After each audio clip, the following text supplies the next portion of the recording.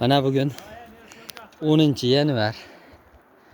10 yanvarda etayina mana shu ko'prikdan o'tish uchun mana shu Chodakka keldik.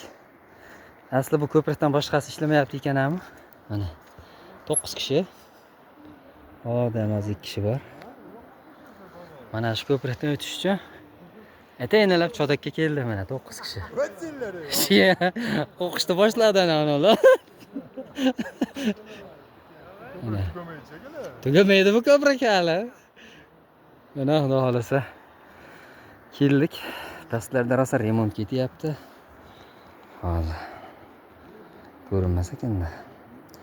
Yangiliklar bo'lyapti ekan pastlarda. Xullas 10 yanvar Chodaqdamiz.